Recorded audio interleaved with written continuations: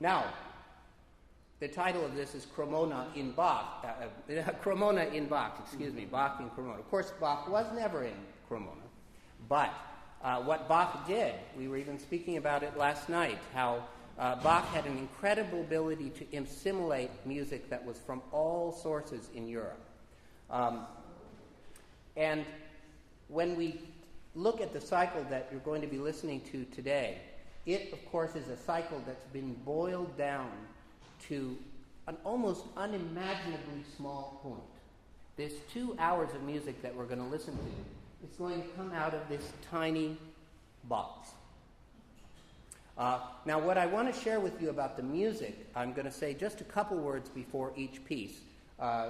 Something about each piece of music, and something about also my own subjective choice about which would be the most appropriate violin to play each of the pieces on.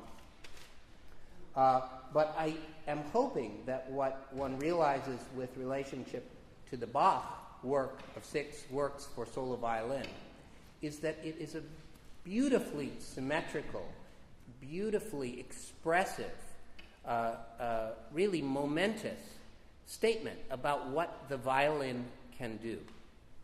And, of course, combining it as is made possible here by the library. And I want to say, I've spent a few days here, and I just want to say thank you to everyone at the library. I see Carolyn here, and Sue, and Anne, and Solomon, who have really made this a fantastic experience to really explore the innards of these violins, what they're capable of, what I can attempt to draw out of them for you today. It's magnificent music. It's magnificently coupled with the series of creations that happened all around the same time. These works are from 1720. These works range from 1654 to 1734, or depending how one counts it with the 2 Guarneris. I have a much more practical note. Very often we say to turn off your cell phones, and that is something I should say.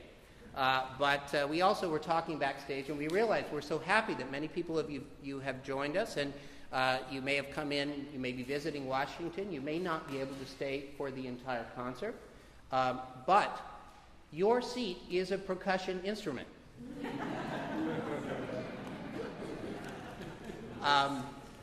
We are taping this. We're hoping that in the really spectacular things which are possible from the library online, that it will be possible for people to explore this online as well later. And if you choose to add percussion into that, we won't know your name, but we'll know your effect. So, and also I would encourage you at least to be able to hear each of the works in its entirety.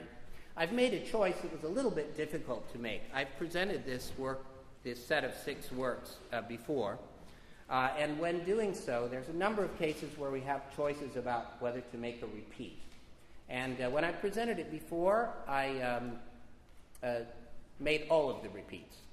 But I discovered in kind of testing different things and consulting about when the library actually closed that it was wiser to do it without repeats.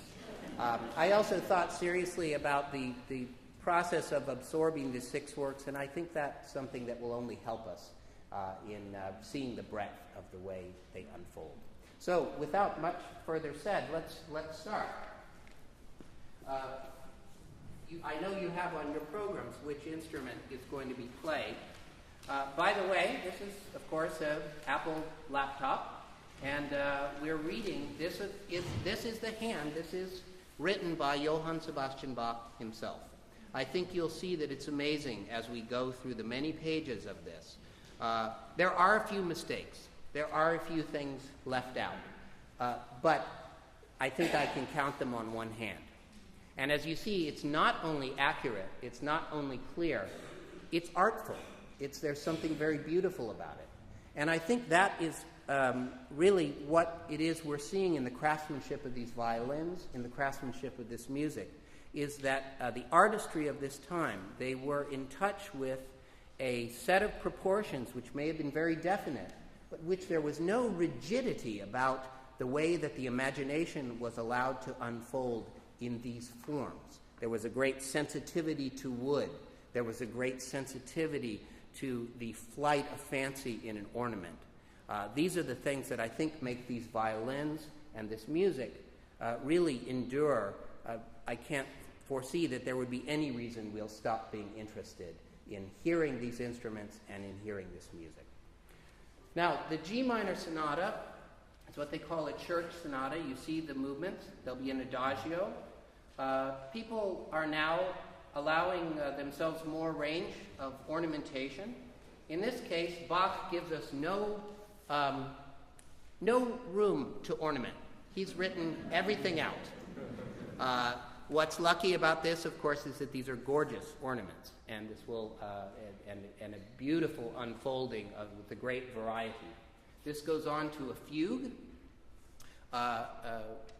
Again, a remarkable concept to have a fugue, a contrapuntal complex thing written for a single violin. The third movement is a very delicate Sicilian, and the last movement is a rather brilliant presto.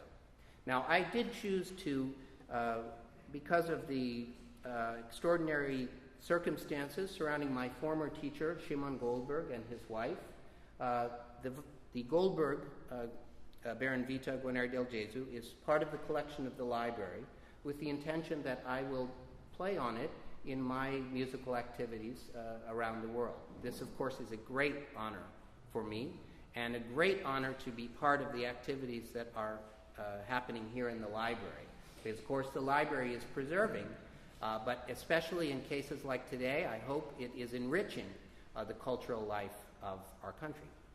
Well, with no further ado, let's start with the Goldberg and with the Bach G minor.